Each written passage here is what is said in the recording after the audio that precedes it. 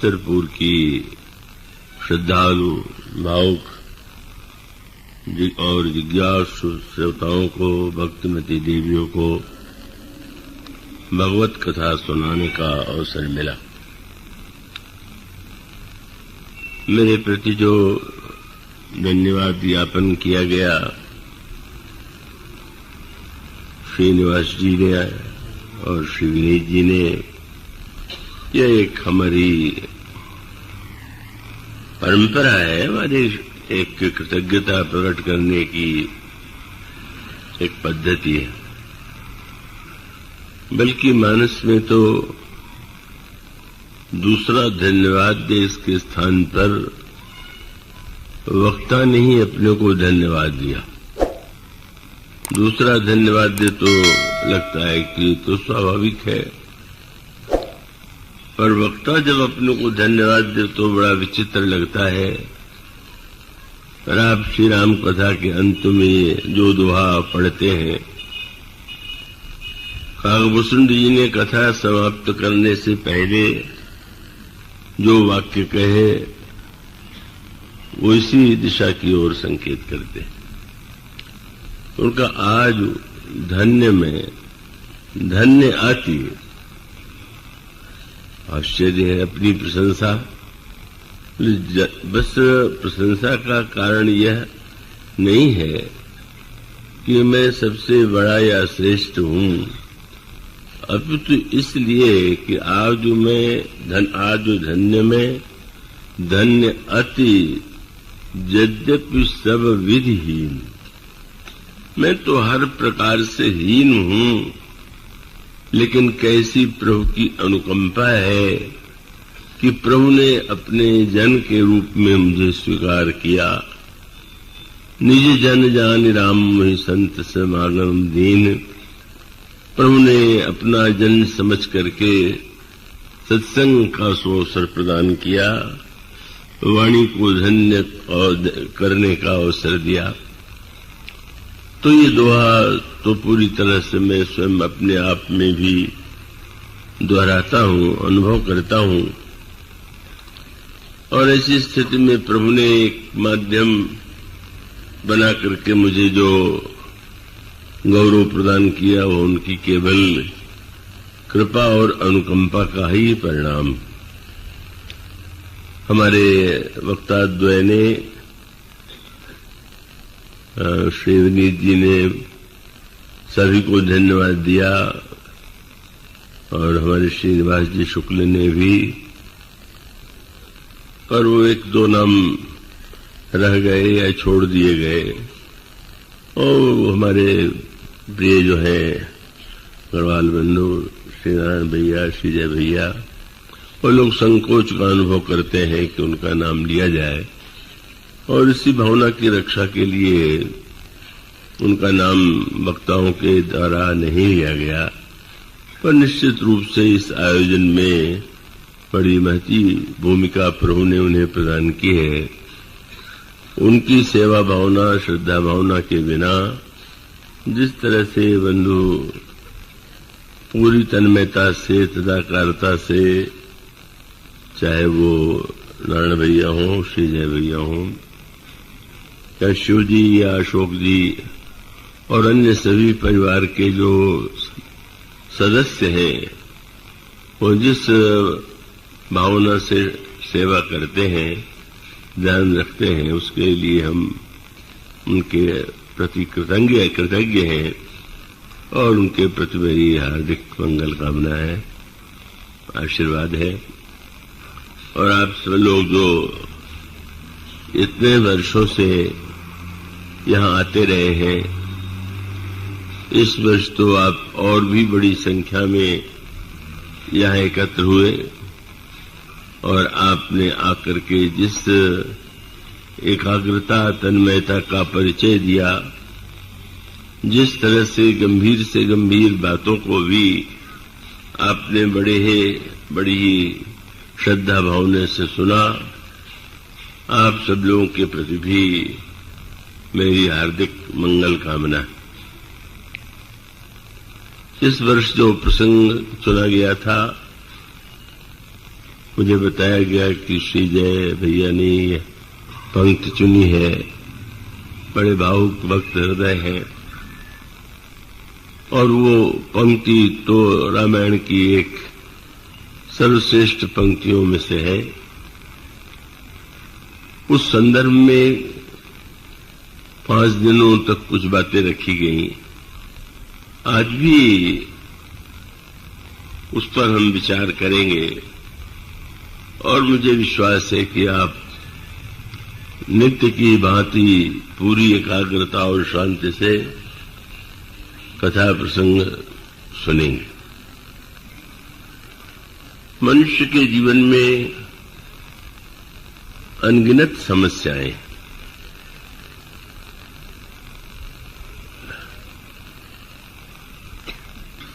ये नित्य अनुभव करते हैं कि आप उन समस्याओं के समाधान में लगे रहते हैं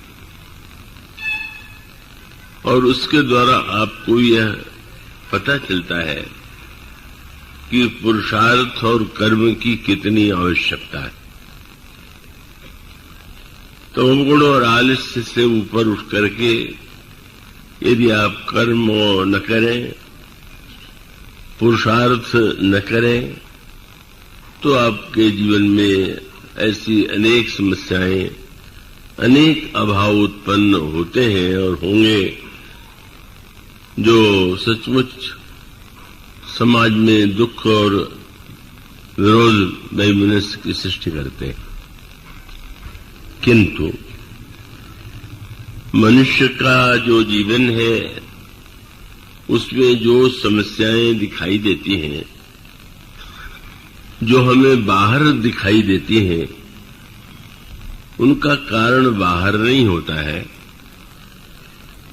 उसका कारण व्यक्ति के अपने ही हृदय में भी होता है।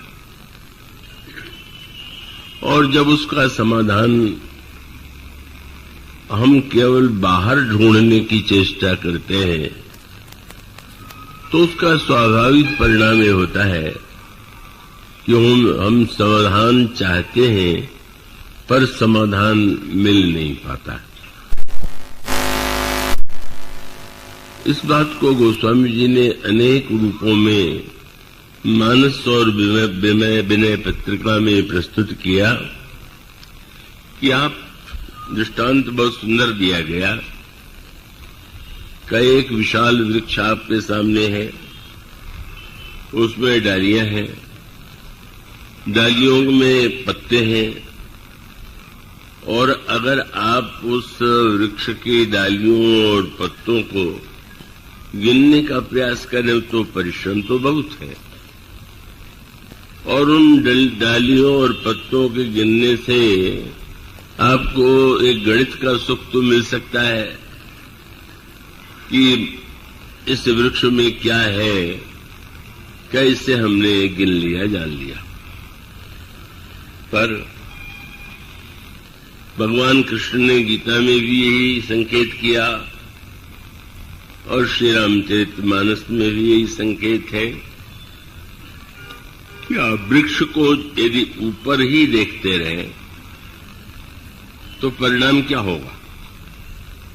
इसके लिए एक बहुत सुंदर दृष्टांत दिया गया पीपल के वृक्ष का। वैसे अन्य वृक्षों के जो पत्ते होते हैं का वो भी हवा से हिलते हैं, लेकिन अगर आप पीपल के नीचे बैठ जाए तो इतनी आवाज होती है, थोड़ी सी हवा में भी वो पत्ते इतनी ध्वनि करते हैं जो अन्य वृक्षों में नहीं होती। और इसके लिए रामायण में बड़ा सुंदर स्वरूप चुना गया। मन की स्थिति भी यही, और इसीलिए अयोध्या कांड में यही उपमा दी गई। महाराज श्री दशरथ के हृदय और मन के लिए कि पीपर पात सरिस मन डोला।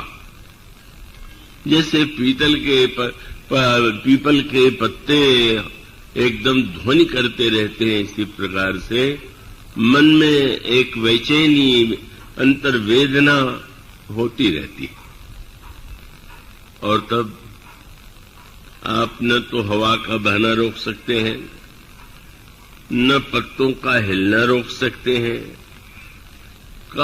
तब उसका एक ही उपाय है। और उपाय क्या है? भगवान कृष्ण कहते हैं, ठीक वही बात रामचरितमानस में कही गई कि आप ऊपर जो वृक्ष दिखाई दे रहा है, संसार की तुलना भी वृक्ष से की गई। संसार एक महान वृक्ष के समान है और उसका विस्तार इतना अधिक है कि उसका पूरा वर्णन कर पाना असंभव है, गणना कर पाना पूरा असंभव है। लेकिन जब वृक्ष के पत्ते हिल रहे हैं, तब अगर आपकी दृष्टि मूल की ओर चली जाए, जड़ की ओर चली जाए, तो अंतर दिखाई देगा। सारे वृक्ष के पत्ते जब स्वर कर रहे हैं, हिल रहे हैं, तो जिस वृक्ष में इतनी डालियां हैं और इतने पत्ते हैं, उसके मूल को, उस इतने बड़े वृक्ष को जिसने उठा रखा है, वो जो उसका मूल है वो अपने स्थान पर अड़े। और वो अगर व्यक्ति जड़ की ओर देखेगा तो शांत हो जाएगा, और पत्तों की ओर देखेगा तो उसकी अशांति बढ़ती चली जाएगी। तो वस्तुतः इसका अभिप्राय ये हुआ कि संसार में इतनी घटनाएं होती हैं, आपके परिवार में, आपके मन में, समाज में, कि अगर आप उनकी ओर ही निरंतर दृष्टि डालें तो आपकी बेचैनी बढ़ती जाएगी। तब उसका अभिप्राय है कि वृक्ष के साथ साथ उसका जो मूल है उसकी ओर हम ध्यान अपना लगावें, और जो ही हम मूल की ओर ध्यान लगाते हैं तो हमें शांत होने की एक प्रेरणा प्राप्त होती है।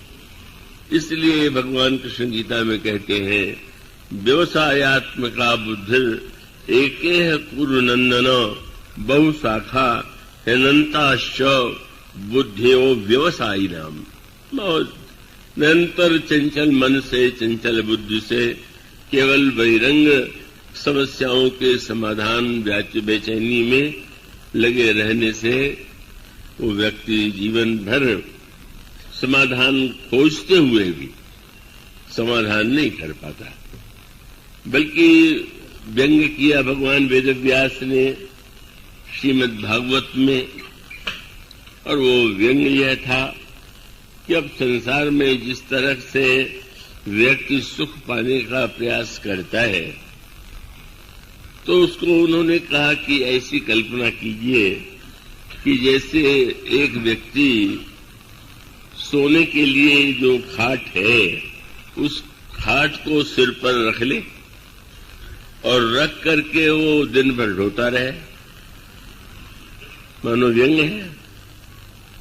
खाट जो है वो आवश्यक तो है, पर सिर पर लादने के लिए नहीं, अपितु वो व्यक्ति को विश्राम देने के लिए।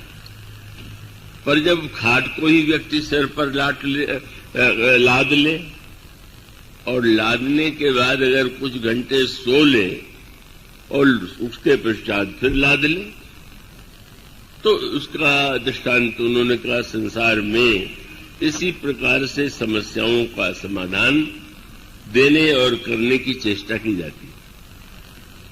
पर गोस्वामी तुलसीदास जी महाराज ने तो और आगे बढ़ करके कहा कि महाराज, यूं कहें तो अधिक अच्छा होगा कि एक व्यक्ति दिन भर पलंग ढोता रहा और रात होने के बाद उसने पलंग बिछाया। गद्दा चाहिए, तकिया चाहिए, चद्दर चाहिए, कोई गद्दा पसंद नहीं आ रहा है, कोई चद्दर नहीं, कोई तकिया नहीं, और वो इतने घंटे तक बिछाता रहा कि सारे रात बिछाते हुए बीत गई।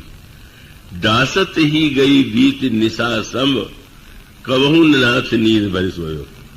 तो यही अभिप्राय, वृद्धावस्था तक व्यक्ति यही सोचता रहता है कि ऐसा हो जाए, इस तरह की उपलब्धि हो जाए तो हमें पूरी शांति मिलेगी। इसलिए ठीक है, बाहर जो समस्याएं हैं उनका समाधान तो होना ही चाहिए, लेकिन सबके मूल में जो कारण है उस कारण की ओर दृष्टि आकृष्ट करना ही भक्ति सिद्धांत का, ज्ञान सिद्धांत का मुख्य उद्देश्य है। और इसलिए यहां पर जो पंक्ति चुनी गई उसके से ही भुसुंडी जी को संतोष नहीं हुआ। मैं आशा करता हूं आप पूरी एकाग्रता से उसे ग्रहण करेंगे। और इस पंक्ति में तो उन्होंने भक्ति की तुलना मणि से की और इसके पश्चात भक्ति की तुलना उन्होंने अमृत से की और फिर इसकी तुलना उन्होंने युद्ध में प्राप्त जो विजय है उसका क्या उद्देश्य होना चाहिए, इन तीन दृष्टांतों के द्वारा भक्ति की महत विशेषता को हमारे सामने रखने की चेष्टा की। पहला दोहा तो यह है कि भक्ति मणि है और उस भक्ति मणि को पावन पाने के लिए वेद पुराणों में जो राम कथाएं हैं और संत जो उस राम कथा के रहस्य को जानते हैं उनके माध्यम से हम भक्ति मणि को प्राप्त कर सकते हैं। और फिर उन्होंने दूसरा दोहा वहीं लिखा कि वेद समुद्र है और संत जो है का वो उस वेद समुद्र का मंथन करते हुए राम कथा के अमृत को प्रकट करते हैं। ब्रह्म पयोनिधि मंदर ज्ञान संत सुर आही कथा सुधा मथि काढ़ही भगति मधुरता जाए। जब संत लोग वेद पुराण के समुद्र का मंथन करते हैं तो मधुर अमृत रूप कथा की उपलब्धि होती।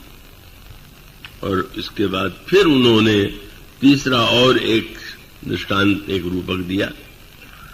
का युद्ध करता है व्यक्ति, लड़ाई झगड़े होते ही रहते हैं, पर उन्होंने कहा कि वास्तविक ये एक ऐसा युद्ध है जो बाहर की ओर नहीं भीतर की ओर लड़ा जाना चाहिए। और अगर उस युद्ध में व्यक्ति विजय प्राप्त कर ले तो वो सच्चे विजेता के रूप में उसने जीवन को बना लिया। और उस लड़ाई के लिए क्या चाहिए? प्राचीन काल में तलवार ढाल आदि से युद्ध करते थे। इसमें गोस्वामी भूषण जी ने कहा विरति चर्म अस ज्ञान मद लोभ मोह रिपुमारी। लड़ाई किससे लड़ेगी? लड़ाई तो व्यक्ति परिवार में लड़ रहा है या बाहर दूसरों से लड़ रहा है, पर अपने ही जो शत्रु अपने हृदय में है, जिन्हें व्यक्ति ने अपने हृदय में स्वयं बसा रखा है, उनसे लड़ने का प्रयास नहीं करता। और यदि लड़ने का प्रयास नहीं करता तो परिणाम होता है कि विजय और पराजय का जो चक्र है वो तो चलता रहेगा। आज जो व्यक्ति जीता कल वो हार सकता है। जीतने वाले को अभिमान हो जाएगा, हारने वाले को दुख हो जाएगा, पर वस्तुतः जिस लड़ाई को जीत करके हम सच्ची विजय प्राप्त कर सकते हैं का उस लड़ाई को इस दोहे में बताया गया। अगर साधक के जीवन में वैराग्य की ढाल हो, ज्ञान की तलवार हो और जो नाना प्रकार के दुर्गुणों के शत्रु हैं, जब उन पर वो प्रहार करके उन्हें जीत लेता है तो जय पाई सोई हरि भगति देखो खगे स्वीकार। और इन तीनों में इतना कहा गया कि उसकी व्याख्या आज मैं क्या कर पाऊंगा, वो तो बहुत दिनों में भी नहीं की जा सकती।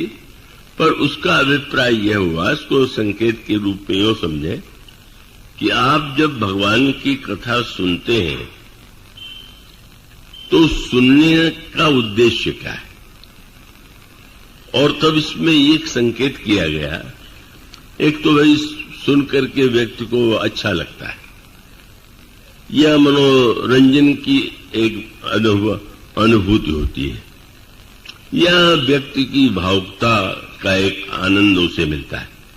अभी हमारे श्रीनिवास जी कह रहे थे, उमाशंकर जी बड़ी भावपूर्ण कथा कहते हैं, तो वो भावुकता जो है मनुष्य के हृदय को उद्वेलित करती है।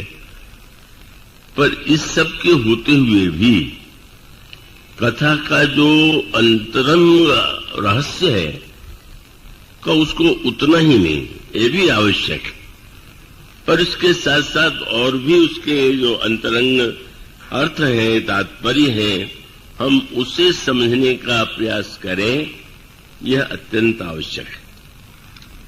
अब उसमें थोड़े सूत्रों में मैं आपके सामने बात रख दूं। जब यह कहा गया कि ये संसार एक संग्राम है और वो युद्ध चल रहा है, तो उस युद्ध का वर्णन, संसार में युद्ध तो चलते ही रहते हैं और न जाने कितने युद्ध हो चुके हैं, लेकिन एक ऐसा युद्ध जिसकी ओर संकेत रामायण के प्रारंभ में एक अनोखे रूप में प्रस्तुत किया गया, और वो है परशुराम जी और भगवान राम का जो संवाद है, राम राम संवाद। तो उसमें परशुराम जी को भी हम भगवान के अवतारों में से एक मानते हैं, उनकी वंदना करते हैं, हम पूजा करते हैं, किंतु उन श्री राम के होते हुए भी श्री राम ने अवतार लिया, दूसरे राम ने अवतार लिया। और जब हम ये पढ़ते हैं कि परशुराम जी बाल ब्रह्मचारी हैं, जीवन में उन्होंने विवाह नहीं किया, जब ये पढ़ते हैं कि संसार के किसी राज सिंहासन का लोभ उनमें नहीं हुआ, सिंहासन पर नहीं बैठे, तो इससे बढ़कर के त्याग की महिमा क्या होगी। लेकिन इतना होते हुए भी एक राम के होते हुए दूसरे राम को अवतार क्यों लेना पड़ा, और उसका तात्पर्य यह है कि उन्होंने जो समाधान दिया, यूं भी कह सकते हैं कि वो भगवान के ही एक रूप है, और उन्होंने ये बताया कि समाधान को अगर केवल एक विशेष रूप में देखेंगे तो समाधान अधूरा होगा। क्या परशुराम जी जब अपना परिचय देते हैं तो ये कह करके देते हैं कि बाल ब्रह्मचारी अति कोही, विश्व विदित क्षत्रिय कुल द्रोही। श्री राम से कहते हैं मैं बाल ब्रह्मचारी हूं और संसार जानता है कि मैं क्षत्रियों का घोर शत्रु, क्षत्रियों का मैंने अनगिनत बार वध किया। अब आप इस पर विचार करके देखें, आज भी वो समस्या है, संसार में एक समस्या आती रहती है। हमारे जीवन में मान लीजिए ऐसा लगे कि इस जाति के कारण अनर्थ हो रहा है, तो जाति के कारण अनर्थ हो रहा है, तो आप जानते हैं, जिन्होंने, अब तो आप में से बहुत कम ऐसे लोग होंगे जो एक महान युद्ध हुआ था जिसका, जो जर्मनी और इंग्लैंड, फ्रांस, अमेरिका के बीच में हुआ था, रूस के बीच में हुआ था। उसमें जर्मनी का जो प्रधान व्यक्ति था, जो बड़ा तेजस्वी था और जिसमें भाषण की अद्वितीय कला थी, सम्मोहन था, उसने लोगों के हृदय में ये बात बैठा दिया कि संसार में बुराइयों की जड़ जो है वो यहूदी जाति है। और इतिहास में पढ़ करके बड़ा दुख होता है कि उसने लाखों यहूदियों को ऐसे गैस चैम्बर में डाल करके ये प्रयत्न किया कि ये सारे यहूदी जाति ही अनर्थ की जड़ है, इनको समाप्त कर दे। क्या हुआ परिणाम? जाति तो पूरी तरह समाप्त नहीं हुई। कब भले ही उसने बड़ा अपने ढंग से सोचा हो, लेकिन एक क्रूर व्यक्ति के रूप में हमारे सामने उसका चित्र आया।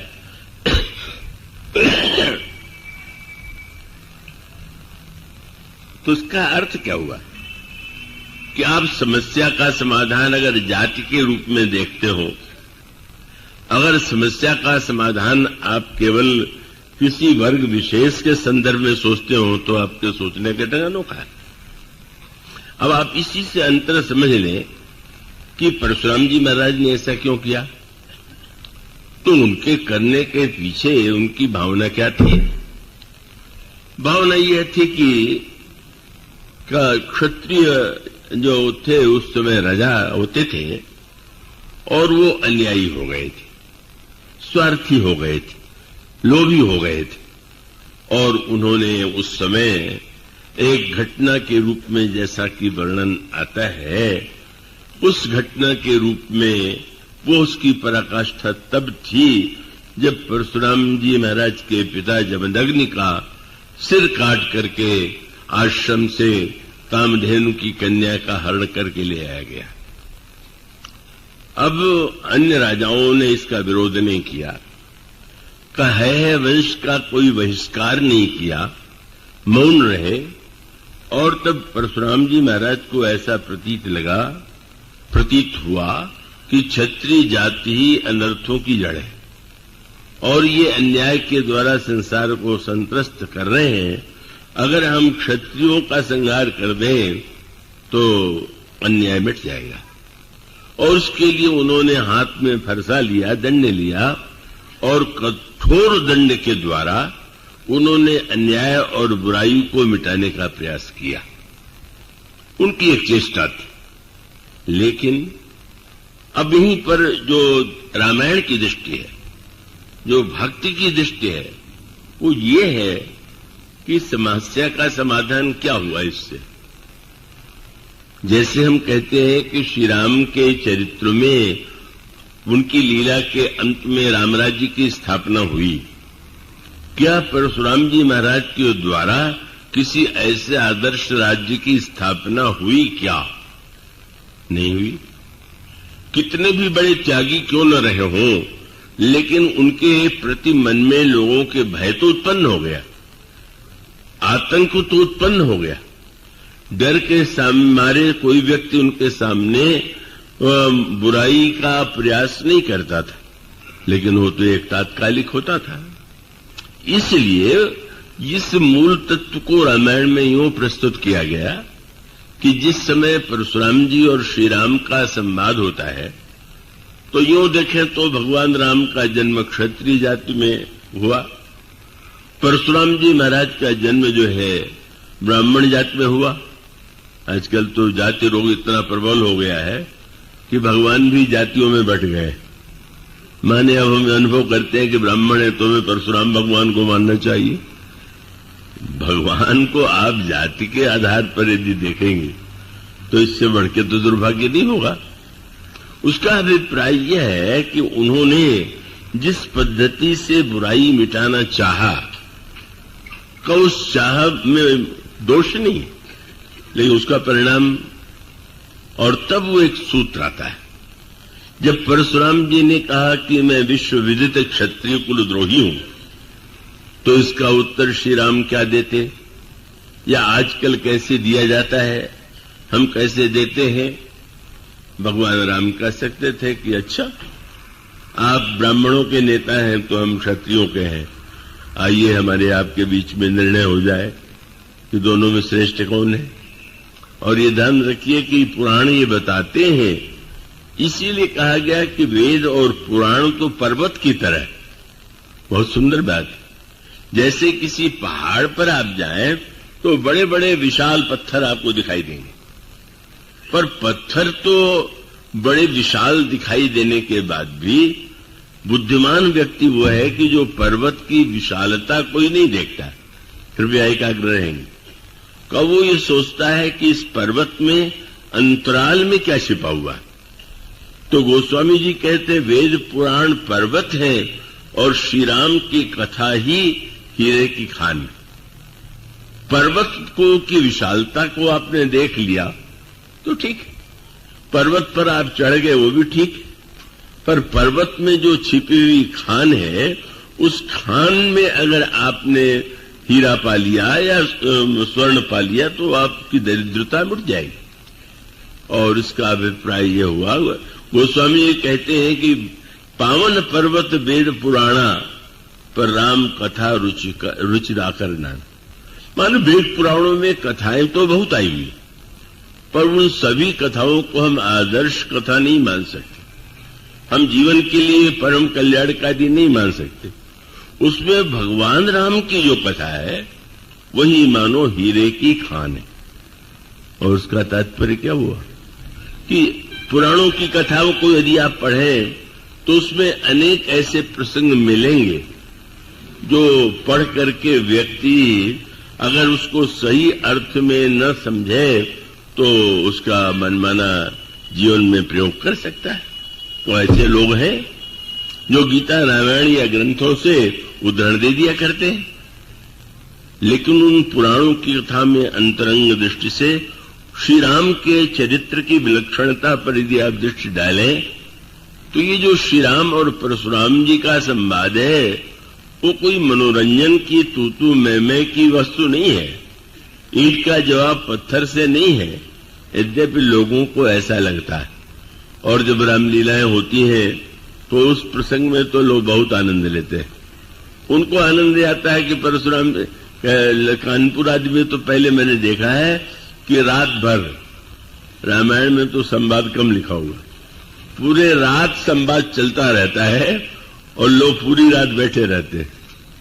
क्यों बैठे रहते हैं? किसने कैसा जवाब दिया?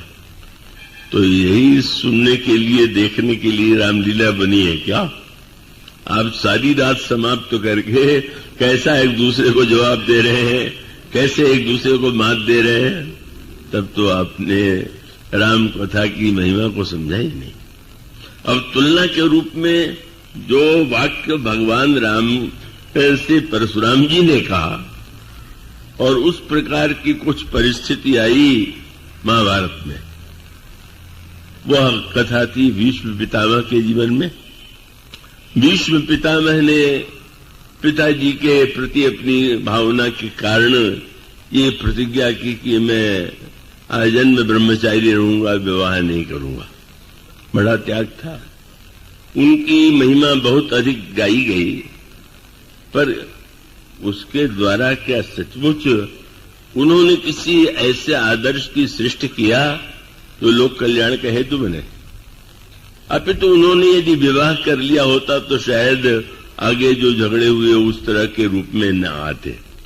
लेकिन पिता की आज्ञा को यही बात याद दिलाया था गुरु वशिष्ठ ने श्री भरत से इतिहास का दृष्टांत दे करके, परशुराम पितुआज्ञा राखी मारी मां तो लोग सब साखी। तो ये कथाएं अगर दृष्टांत के रूप में देखी जाए तो क्या ये भीष्म का आदर्श सबसे महान आदर्श है क्या?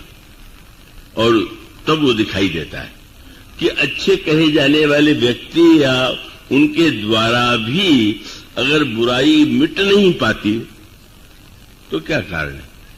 इतने बड़े ब्रह्मचारी, इतने बड़े त्यागी, न राज्य की सिंहासन लिया, न विवाह किया, लेकिन जब उन्होंने काशीराज की कन्याओं का हरण किया तो उस हरण के पीछे उनका उद्देश्य कुछ भी रहा हो, लेकिन हरण तो हरण था।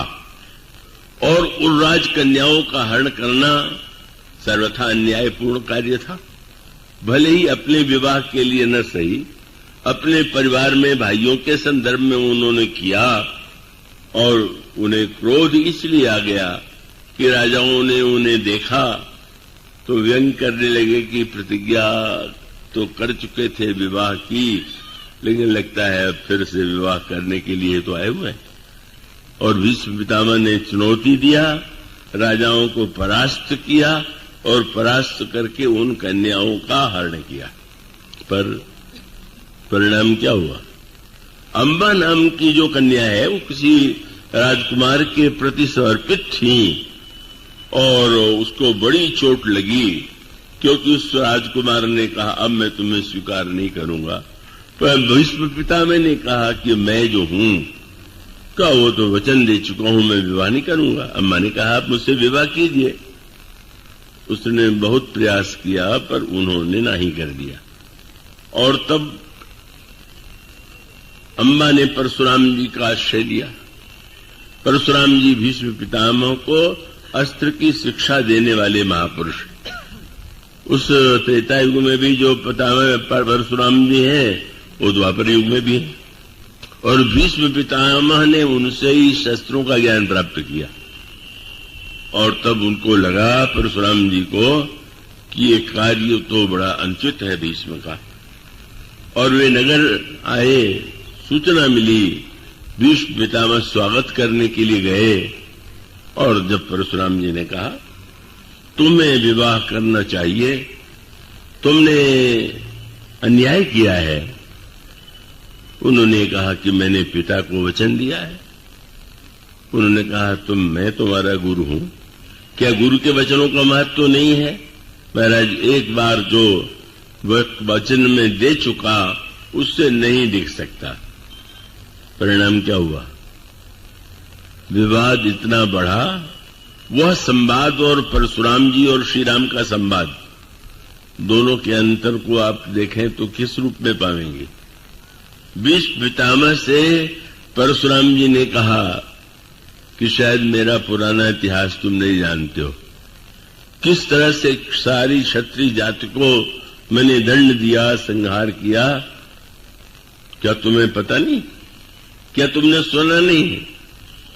और तब भीष्म ने जो उत्तर दिया और परशुराम जी के वाक्य का जो उत्तर श्री राम ने दिया, उसमें कितना अंतर है।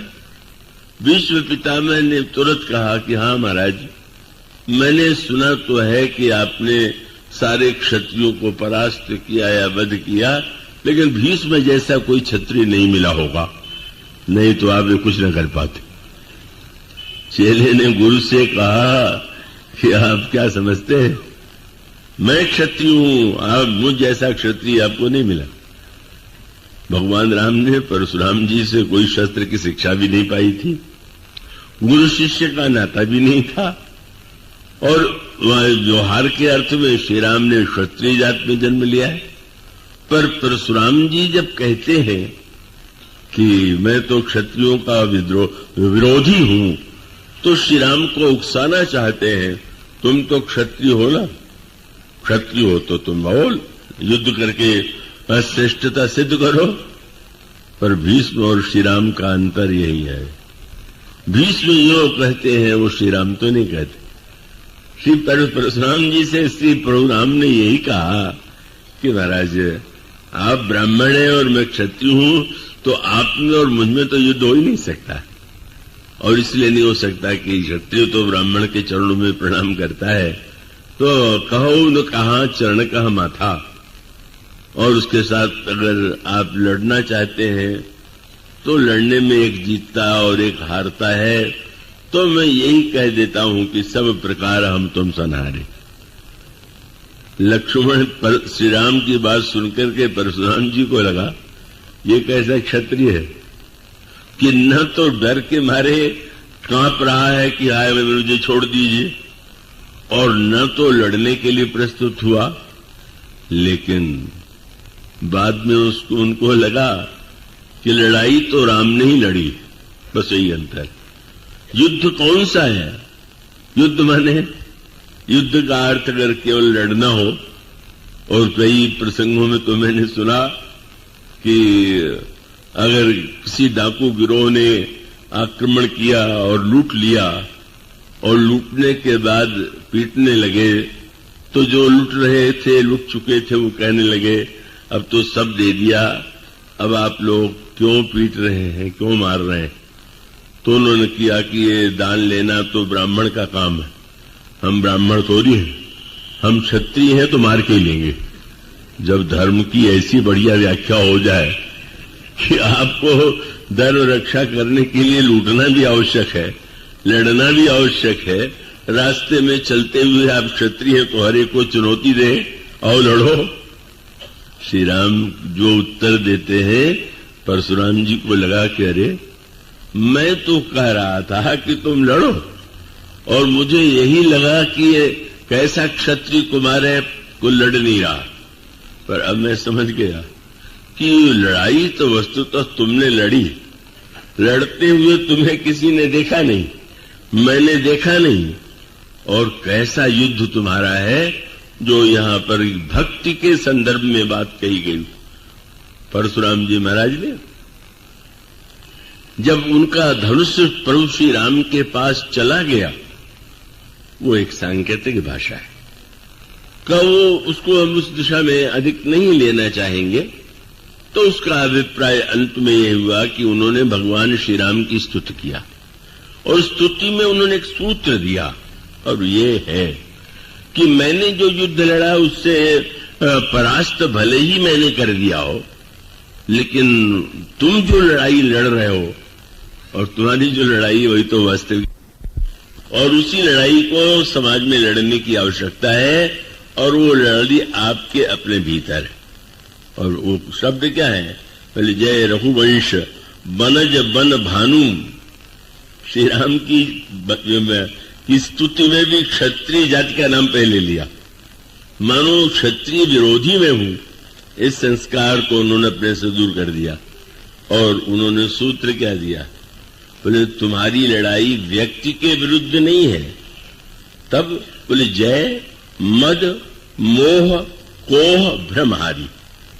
तुमने मद के विरुद्ध, मोह के विरुद्ध, क्रोध के विरुद्ध और भ्रम के विरुद्ध लड़ाई लड़ी और बिना शस्त्र उठाए जीत लिया। इससे बढ़कर के का विजय क्या हो सकती? मानो रामायण की विजय में वही सूत्र भगवान राम ने परशुराम जी के प्रसंग में भी और रावण के प्रसंग में भी वही बात है। रावण के प्रसंग में जब विभीषण को संशय हो जाता है कि रावण जैसा शक्तिशाली शत्रु, जिसके पास इतना अनोखा रथ है, सारथी है, घोड़े हैं, सेना है, कवच है, श्री राम उससे कैसे जीतेंगे?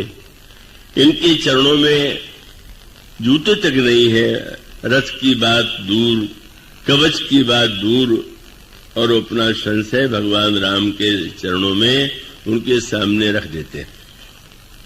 देश दिया उसका भी सूत्र क्या है? मानो उन्होंने कहा कि विभीषण, क्या तुम इस लड़ाई को समझते हो कि रावण नाम के व्यक्ति के विरुद्ध में लड़ रहा हूं क्या? तो अन्य लोगों की लड़ाई में और मेरी लड़ाई में क्या भेद है? और तब भगवान राम ने जो पंक्तियां कही उसमें बस सूत्र भगवान ने यही किया। और उन्होंने कहा सच्चा वीर कौन है, सच्चा विजेता कौन है, और इस युद्ध में विजय पाने के लिए किन शस्त्रों का प्रयोग करना चाहिए।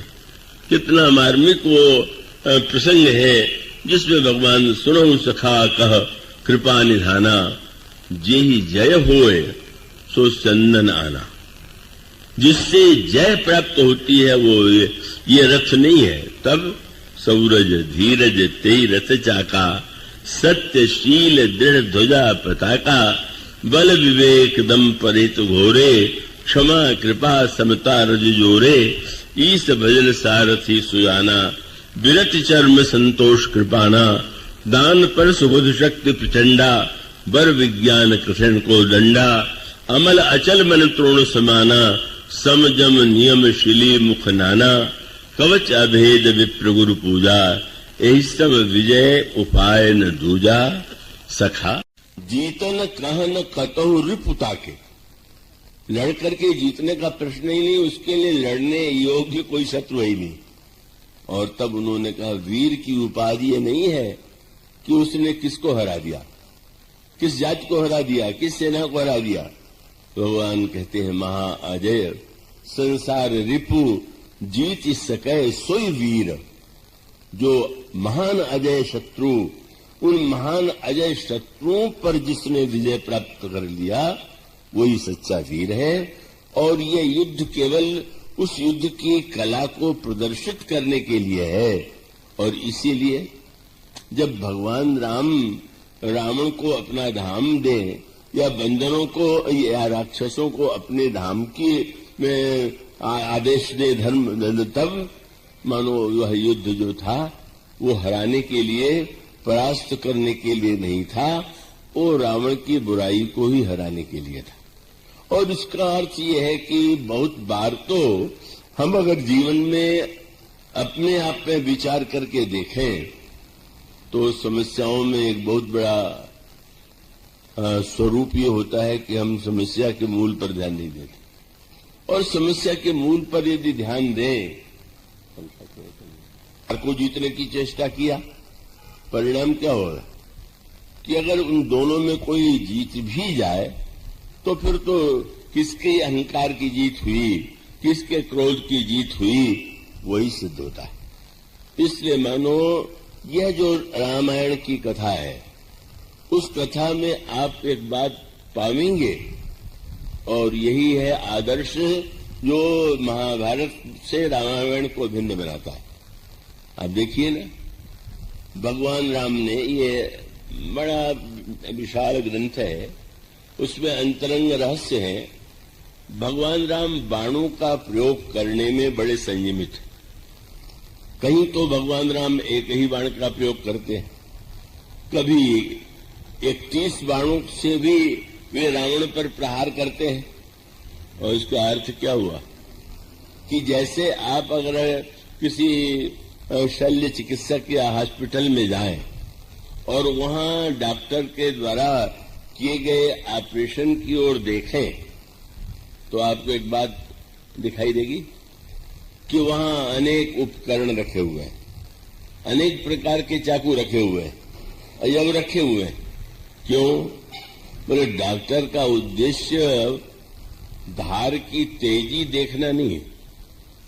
हमारे अभी कोई न्यायाधीश यहीं पर पधारे हुए हैं, उन्होंने जब ये सुनाया कि कुछ लोग तो एक घटना उन्होंने सुनाई अपने उस जहां पर वो थे कि वहां पर दो भाइयों में झगड़ा हुआ, कुएं पर दोनों झगड़ रहे थे, तो एक भाई ने अपनी कन्या को कुएं में ढकेल दिया, और ढकेल देने के बाद पुलिस के पास गए कि हमारी बेटी को इन्होंने ढकेल दिया। मानो बदला लेने के लिए व्यक्ति कितना जा सकता है, कितने नीचे तक जा सकता है, इसका दृष्टांत है यह वृत्ति। और यह वृत्ति पहले तो मैंने एक ही बार पढ़ी थी तो मैं आश्चर्यचकित हुआ था। कार्जुन जी ने एक पुस्तक लिखी है जिसमें वे बहुत बड़े वकील थे, तो कई मुकदमे आते थे और उसमें उन्होंने कुछ जो विशेष प्रकार के मुकदमे थे उसका उसमें उन्होंने वर्णन किया। उसमें एक वर्णन उन्होंने बहुत विचित्र किया। क्या?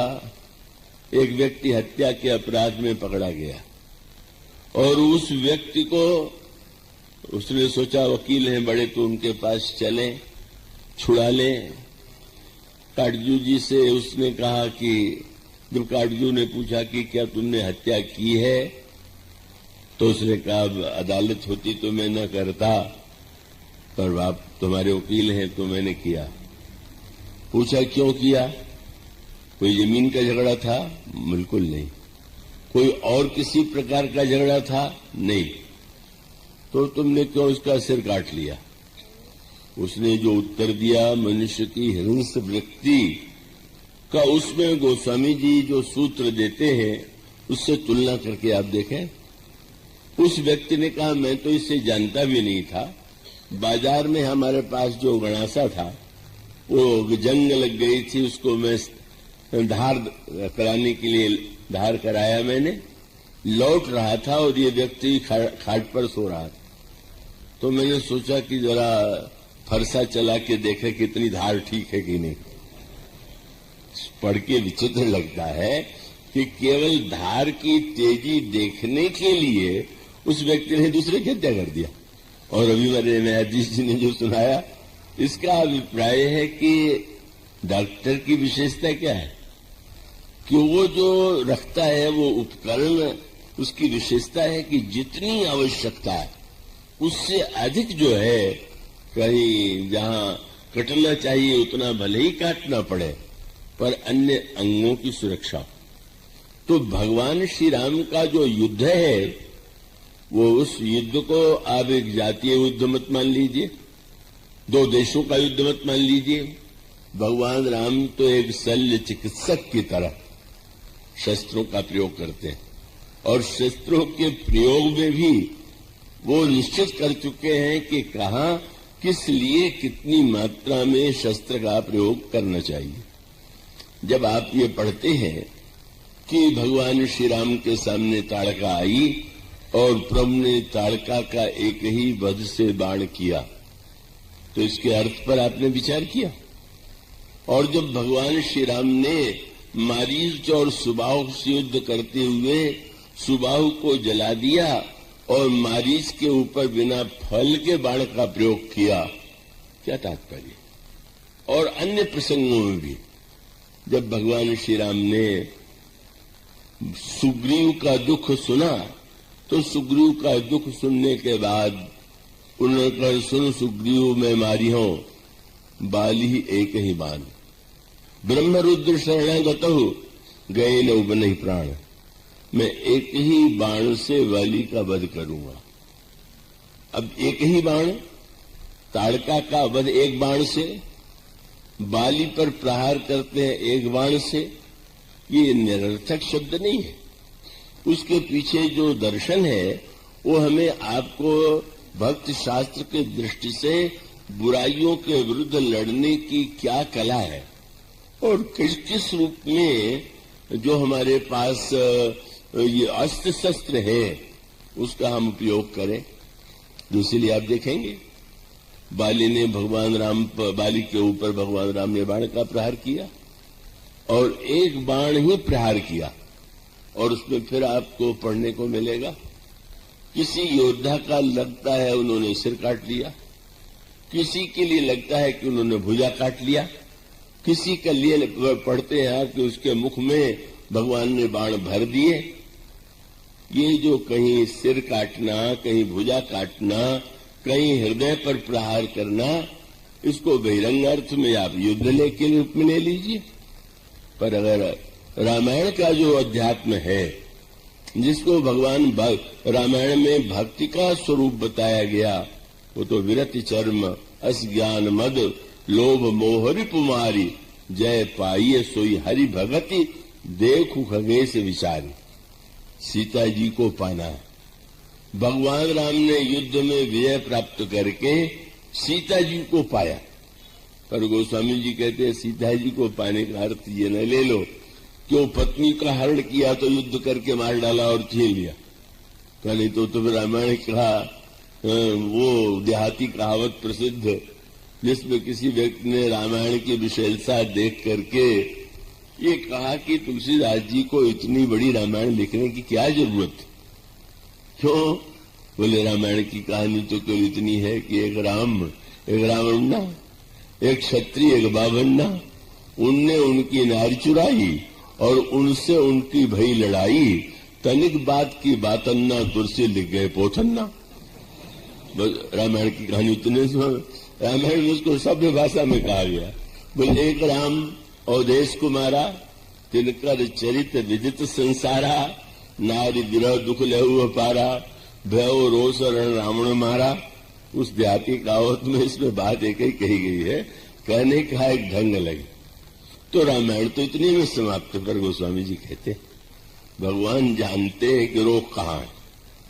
डॉक्टर के पास जब वो ऑपरेशन भी करेगा तो निर्णय करना है सिर का करना है कि हाथ का करना है कि हृदय का करना है। भगवान राम ने बाली के हृदय पर बाण का प्रहार किया और जब वो गिरा तो भगवान श्री राम जाकर के उसके सामने खड़े हो गए। बाली से ने भगवान राम से तर्क वितर्क किया और अंत में बाली अत्यंत नम्र होकर के जब उसने भगवान से कहा कि सुनो राम, तो बाली ने ये कहा सुनो राम स्वामी सन, चलन चातुरी मोर, प्रभु अजहू में पापी अंत काल गति तो। क्या हुआ? श्री राम ने बाली के सिर पर हाथ रख दिया और हाथ रख करके कहा तुम जीवित रहो। श्री राम के लिए कहा जाता है तो बड़े सत्यवादी है। एक बात जो मुंह से निकल जाए उसकी रक्षा करते हैं, पर जो लोग ऐसा कहते हैं वो श्री राम और रामायण का सत्य नहीं जानते। रामायण का सत्य वह नहीं है जो महाभारत का, महाभारत में तो जिस योद्धा के मुंह से जो निकल गया वो सत्यवादी। आज भी ऐसे लोग हैं। हम अपनी बात पर डटे रहेंगे, ये कोई विवेक है क्या? आप अपनी बात को, इसीलिए रामायण में उसको बहुत तरह से कहा गया, सत्य सत्य भी हो सकता है, सत्य प्रतिज्ञा भी हो सकती है, सत्य हठ भी हो सकता है, सत्य के नाम पर अहंकार भी आ सकता है।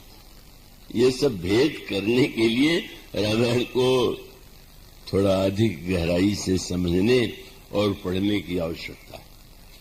हृदय पर बाण का प्रहार हुआ, भगवान क्या भूल गए कि उन्होंने था कहा कि एक ही बाण से मैं वध करूंगा, और भगवान स्वयं कह रहे तुम जीवित रहो।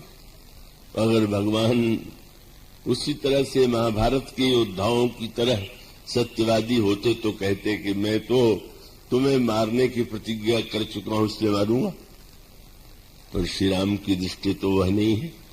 मैंने दृष्टांत के रूप में कहे कि किसी को फोड़ा हुआ, डॉक्टर के पास गया, डॉक्टर ने देखा 2-3 दिन बाद ऑपरेशन करूंगा और ठीक हो जाओगे। पर संजोग ऐसी कोई ऐसी दवा जिससे लगाते ही फोड़ा फूट गया, मुआद निकल गया।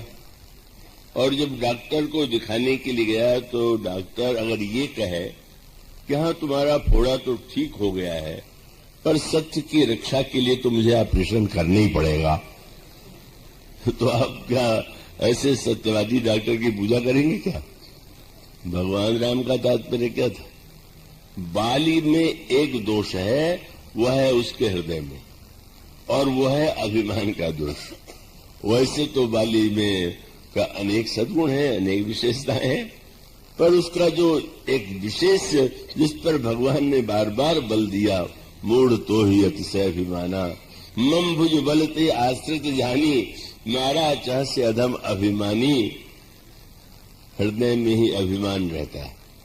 भगवान राम ने वाणी का बाल के अभिमान पर प्रहार किया। भगवान ने क्यों जीवित रहने के लिए कहा? अगर बाली को मारना मेरा लक्ष्य होता तो फिर भी मारता, पर मैं तो अभिमान को मारना चाहता था। अभिमान मर गया तो हमारा कोई इस व्यक्ति से विरोध ही नहीं। मानो भगवान श्री राम सर्वत्र जो है, ऐसी दृष्टि से उनके आप युद्ध को देखें कि कैसे सावधान है, किसके लिए कैसा। अब कुंभकर्ण का प्रसंग आता है। कुंभकर्ण जब लड़ने के लिए आया तो गोस्वामी जी ने कहा भगवान ने उसकी दोनों भुजाएं काट दिया। दोनों भुजाओं को काट देने के बाद जब फिर भी कुंभकर्ण सामने आया तो भगवान ने उसके मुख को अपने बाणों से भर दिया, और उसके बाद जब वो भरे हुए मुख से जिसमें बाण भरे हुए आए तो भगवान ने सिर काट करके उसे अपने में लीन कर लिया। इस प्रसंग को कोई साधारण दृष्टि से पढ़ना चाहिए क्या? गोस्वामी जी विनय पत्रिका में कहते हैं अभिमान ही कुंभकर्ण है, मोह दशमौज तदव्रात अहंकार। और ऐसी स्थिति में अभिमान की दो भुजाएं हैं, मैं और मेरापन। अभिमान पर विजय प्राप्त करने के लिए भगवान ने दोनों को काटा, लेकिन उसके बाद उसके मुख को रावण के मुंह में बाण नहीं उन्होंने भर दिए, और किसी योद्धा के मेघनाथ के मुख में बाण नहीं भरा गया। कुंभकर्ण के मुख को बाण से क्यों भर दिया? कुंभकर्ण की समस्या भगवान जानते हैं। ये अभिमान का साक्षात ये जो है अनोखा है। जब रावण ने जगाया तो रावण को उपदेश देता है, और उपदेश दे करके रावण की निंदा भी करता है। पर रावण ने सुना, और सुनने के बाद भी विभीषण की बात सुन के उसे क्रोध आ गया था, लेकिन कुंभकर्ण की बात सुनकर के क्रोध नहीं आया। क्यों? कुंभकर्ण को रावण बहुत अच्छी तरह जानता है। यूं कह लें कि जैसे जंगल में जाए और शेर की गर्जना सुने तो क्या दशा हो, और सर्कस में अगर शेर गरजे तो कैसा आपको लगता? गर्जना तो दोनों सुनाई दे रही, शेर की, पर वो जानते हैं कि अरे तो पिंजरे वाला है, इसको तो ऐसे दिखलाने के लिए समझ गया। इसीलिए जब उपदेश देने लगा तो तुलसीदास जी ने कहा, उपदेश देते उपदेश ही नहीं दिया, आंख मूंद के ध्यान करने बैठ गया। पर गोस्वामी जी ने जो व्यंग किया, क्या बोले, राम रूप गुण सुमिरत मगन भयउ क्षण एक क्षण के लिए लगा कि भगवान के ध्यान में डूब गया। लेकिन रावण मांगे कोटि घट मद अरु महिष अनेक। रावण ने कहा, लाओ हजारों घड़ों में शराब पी लिया। और तब क्या हुआ?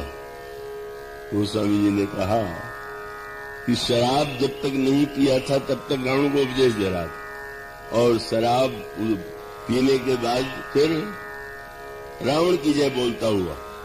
और जब युद्ध लड़ता था तो किसकी जय बोलता था? बोले, मई पटकई गजराज एवं शपथ करे जसीस। जय हो महाराज रावण की। भगवान राम ने मुख पर बाण क्यों भर दिया? बोले, मुख खुला रहेगा तो मरते समय 10 शीश का ही नाम लेके मरेगा, इसलिए कम से कम 10 शीश का मुंह न निकल। और रावण आदि तो मरते समय हम क्या नाम लेते हैं, और कुंभकर्ण जो है मरते समय भी रावण का नाम ले, इसलिए प्रभु ने कितनी बड़ी कृपा कर दिया। बोले, मुंह बंद कर दिया। अभिमानी का मुंह बंद कर देते हैं प्रभु। वो एक आध्यात्मिक तत्व है कि भगवान के बाण साधना के बाण है, और उसके द्वारा मानो अभिमानी बोलता बहुत, अभिमानी गरजता बहुत। भगवान ने उसे मौन कर दिया, और जब उसका मुख बंद हो गया और उस रूप में भगवान के सामने आया तो भगवान ने बाण से उसका सिर काट दिया। पर अगले क्षण लोगों ने देखा कि भगवान कुंभकर्ण के मुख से तेज निकला और भगवान में समा गया। आश्चर्य हुआ लोग।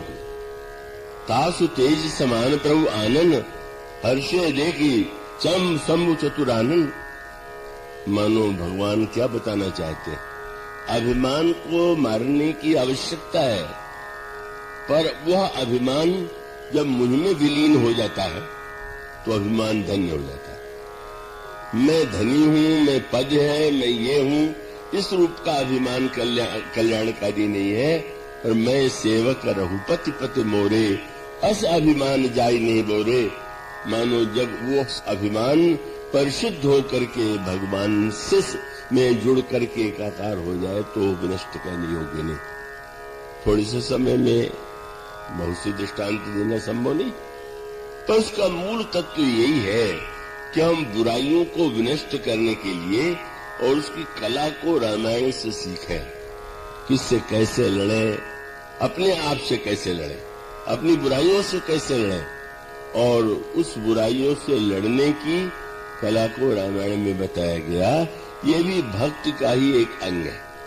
और इसी प्रकार से जीवन में जो भक्ति की मधुरता चाहिए, कौन व्यक्ति जीवन में ऐसा नहीं है जो भूखा हो और भूखा होने पर चाहता हो कि हमको मधुर सुस्वादु व्यंजन प्राप्त हो। और तब श्री हनुमान जी ने संकेत किया। हनुमान जी ने माँ के सामने जब यह कहा कि सुनो माँ, तुम्हें अतिशय भूखा लाग देख सुंदर फल भूखा। माँ, मुझे बड़ी भूख लगी, और साथ ही जो वृक्ष हैं उसमें बड़े सुंदर फल लगे हुए हैं। अगर आपकी आज्ञा हो तो अपनी भूख मिटा ले।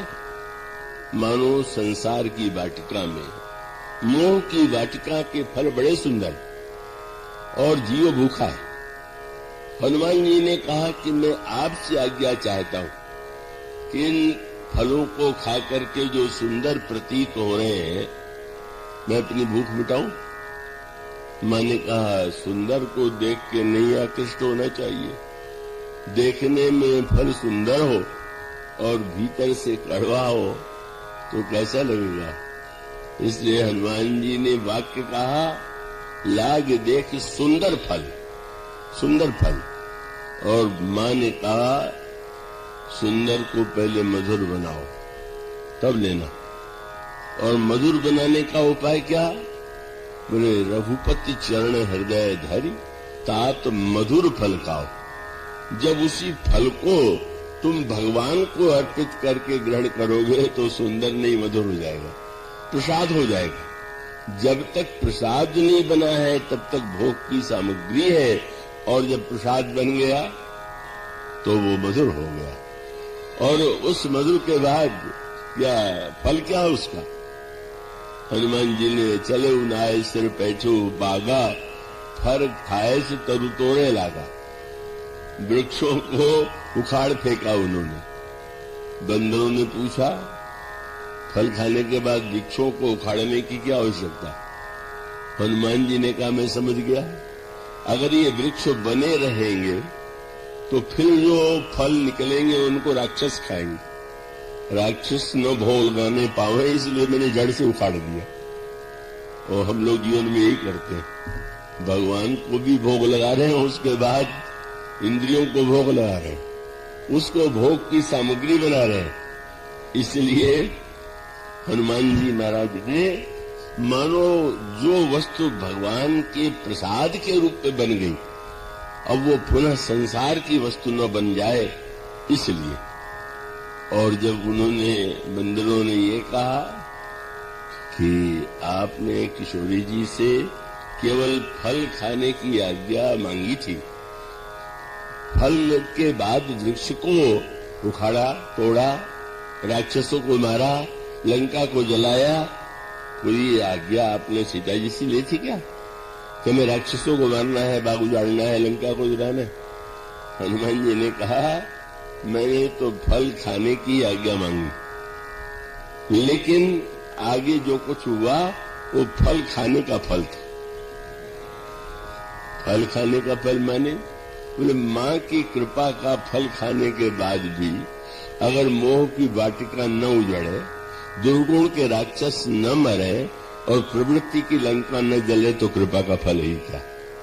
जब उस कृपा का आस्वादन व्यक्त करता है, मानो श्री रामचरितमानस में भक्त के ऐसे अद्भुत रूपों का वर्णन, आप उसको राम राम जप करें, ये भी है भक्ति। 2 अक्षर का जप ही परम कल्याणकारी। पर जो जो आप उसमें प्रवेश करेंगे, नाम निरूपण नाम जतनते, सो प्रकट जिन मोल रतनते, आप उसके अंतरंग में जितना अधिक प्रवेश करेंगे, आपको स्पष्ट लगने लगेगा कि रामायण में आपकी समस्याओं के उलझन का समाधान। आप विवेक का दीप प्रज्वलित करिए तो आपका मोह नष्ट होगा, ऐसा ज्ञान दीपक कहता है। लेकिन अगर व्यक्ति भक्ति के मणि का आश्रय ले ले तो अपने जीवन की ग्रंथियों को खोल सकता है। अगर मनुष्य के जीवन में भूख है और उसको मिटाना चाहता है तो वह वेद समुद्र का मंथन करके उसमें राम कथा की जो मधुरता है, कथा सुधा मथि काढ़े भगत मधुरता जाए। और फिर युद्ध माने जैसे देवताओं ने अमृत पी करके राक्षसों को हराया, इसी प्रकार से दुर्गुण दुर्विचारों को हराने के लिए भक्ति का अमृत जो हम पी लेते हैं, तब हम उन बुराइयों को हरा सकते हैं। यह तो अनंत ग्रंथ है, कभी न समाप्त होने वाला। इतने वर्षों से भी कहते हुए मुझे निरंतर यही तो लगता है, और सत्य भी यही है कि ये तो न समाप्त होने वाला हरि अनंत, हरि कथा अनंता। उसमें कुछ बातें कही गई आपके सामने, घड़ी तो घड़ी है और वो तो उस दिशा में आपको अभी लौट के जाना होगा। मैं तो उठ करके जल्दी चला जाऊंगा। तो बस इतना मैं कहूंगा कि भक्ति को मणि के रूप में, भक्ति को मधुर अमृत के रूप में, भक्त को युद्ध के रूप में हम समझ लें और उसका आनंद ही नहीं, मनोरंजन ही नहीं, हम उसके तत्व को समझ करके जब ग्रहण करेंगे तो सचमुच भक्ति मणि का जो फल लिखा हुआ है कि राम भगति मणि उर्वश जाके उर लवले दुख लवले सन सपने उताके। तो मैं आप सब लोगों के प्रति बड़ा आभारी हूँ, बड़ी एकाग्रता शांति से, और देवियों के प्रति और भी अधिक, क्योंकि उनके विषय में बड़ा प्रसिद्ध है कि वो बोले बिना नहीं रहते। लेकिन उन्होंने ऐसा नहीं से सिद्ध किया कि नहीं, राम कथा में आनंद लेने की उनमें बड़ी गहरी वृत्ति है, बड़ा प्रेम है उनके प्रति। और आप सब जो यहाँ आए हुए हैं, हमारे जिन्होंने आभार प्रकट किया, श्रीनिवास जी, विनीत जी, उन सब के प्रति, और अग्रवाल बंधुओं के प्रति जो स्नेह उनकी श्रद्धा है उसके प्रति मेरा हार्दिक कृतज्ञता ज्ञापन। और उसके पश्चात उस दोहे के साथ, जा सुनाम भव भेषज हरण घोर तैसूल, सो कृपालु मोहि तोहि पर रहु सदा अनुकूल। श्री राम किंकर प्रभु